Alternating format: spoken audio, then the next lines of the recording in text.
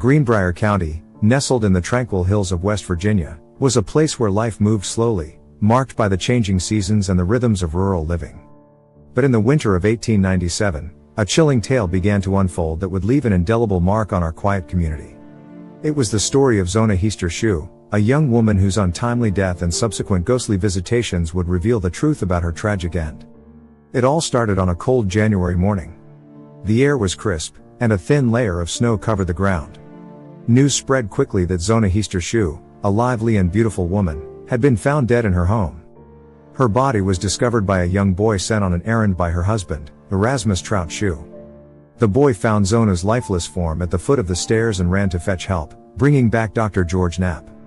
When Dr. Knapp arrived, he found Trout already at the scene, cradling Zona's body and weeping uncontrollably. Trout's behavior was peculiar. He refused to let anyone else touch her and insisted on dressing her himself, an unusual act that went against local customs. Despite this strange conduct, Dr. Knapp noted no obvious signs of foul play and concluded that Zona had died of everlasting faint, a term used for heart failure. But something about the situation didn't sit right with Zona's mother, Mary Jane Heaster. From the moment she heard of her daughter's death, Mary Jane felt a deep, unsettling suspicion. She couldn't shake the feeling that Zona's death was not the accident it seemed.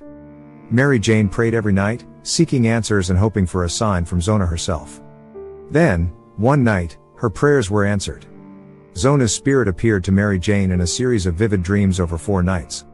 In these dreams, Zona's ghost revealed the true cause of her death. She showed her mother how Trout had violently strangled her, breaking her neck in a fit of rage. Zona's spirit was relentless, and her message was clear: she had been murdered, and her killer was her own husband. Mary Jane, armed with this chilling revelation, went to the local prosecutor, John Preston. She recounted the details of her spectral visitations with such conviction that Preston, though skeptical, agreed to investigate.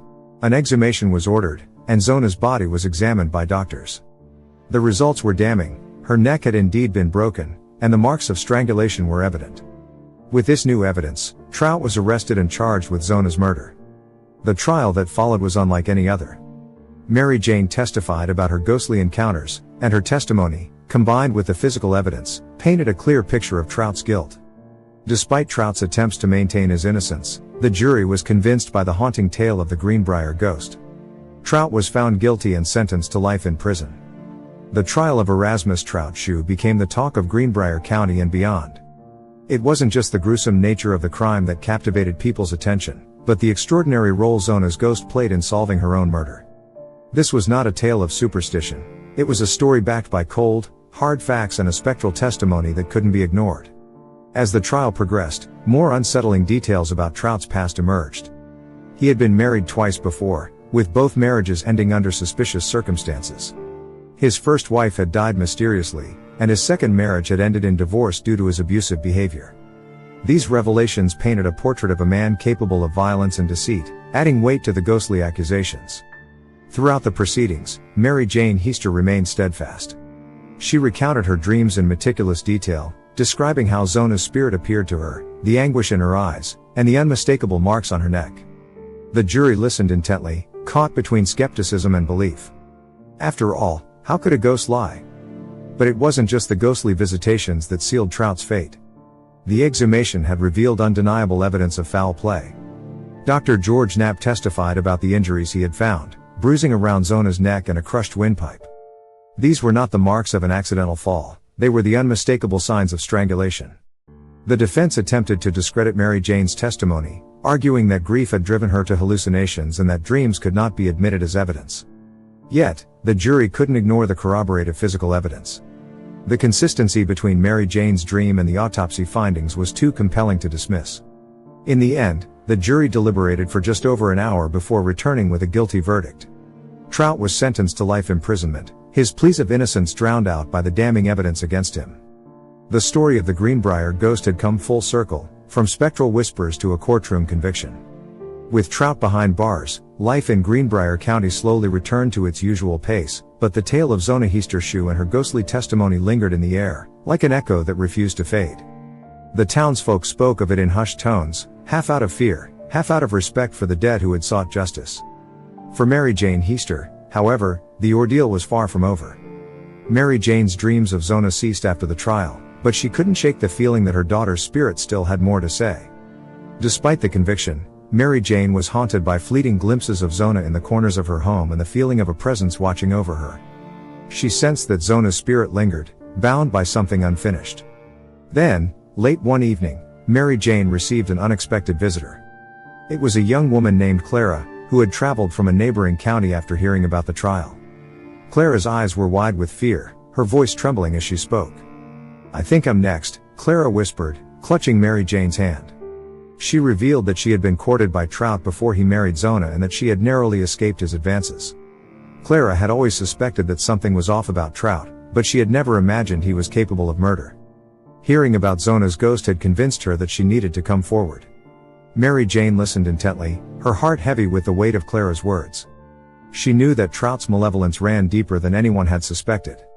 Determined to protect other women from his wrath, she decided to gather more testimonies from women who had encountered Trout. In the weeks that followed, Mary Jane's home became a sanctuary for those who had suffered at the hands of Trout. Women from near and far came to share their stories, each one painting a clearer picture of his dark and dangerous nature. It became evident that Zona's death was not an isolated incident but part of a larger pattern of violence and manipulation. Mary Jane compiled these stories, creating a dossier that she hoped would ensure Trout never saw the light of day again. She sent this collection of testimonies to the authorities, urging them to investigate further. Though Trout was already in prison, Mary Jane wanted to make sure he could never harm anyone else. The authorities, initially skeptical, couldn't ignore the sheer volume of evidence Mary Jane presented. They reopened investigations into Trout's past, uncovering more instances of abuse and suspicious deaths. Mary Jane's relentless pursuit of justice had once again shone a light on the darkness that lurked beneath Trout's facade. As the stories of the women spread, Greenbrier County rallied around Mary Jane. The community, once divided by skepticism and belief, now stood united in their quest for justice. Zona's legacy became one of strength and resilience, a beacon for those who had suffered in silence. Then, on a chilly autumn night, Mary Jane felt a familiar presence. She awoke to find Zona's spirit standing at the foot of her bed. This time, Zona's ghost radiated a sense of peace and gratitude. Mary Jane watched, tears streaming down her face, as Zona's spirit slowly faded into the ether, finally at rest. Zona Heaster Shue's story became a legend in Greenbrier County, a haunting reminder that sometimes, the dead can speak louder than the living. It was a story of love, justice, and the unbreakable bond between a mother and her daughter.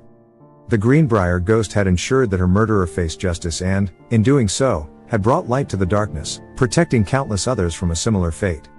The tale of the Greenbrier Ghost would be passed down through generations, a testament to the power of truth and the resilience of the human spirit. And in the quiet hills of West Virginia, the spirit of Zona Heaster Shue would always be remembered, not as a victim, but as a guardian who brought justice from beyond the grave.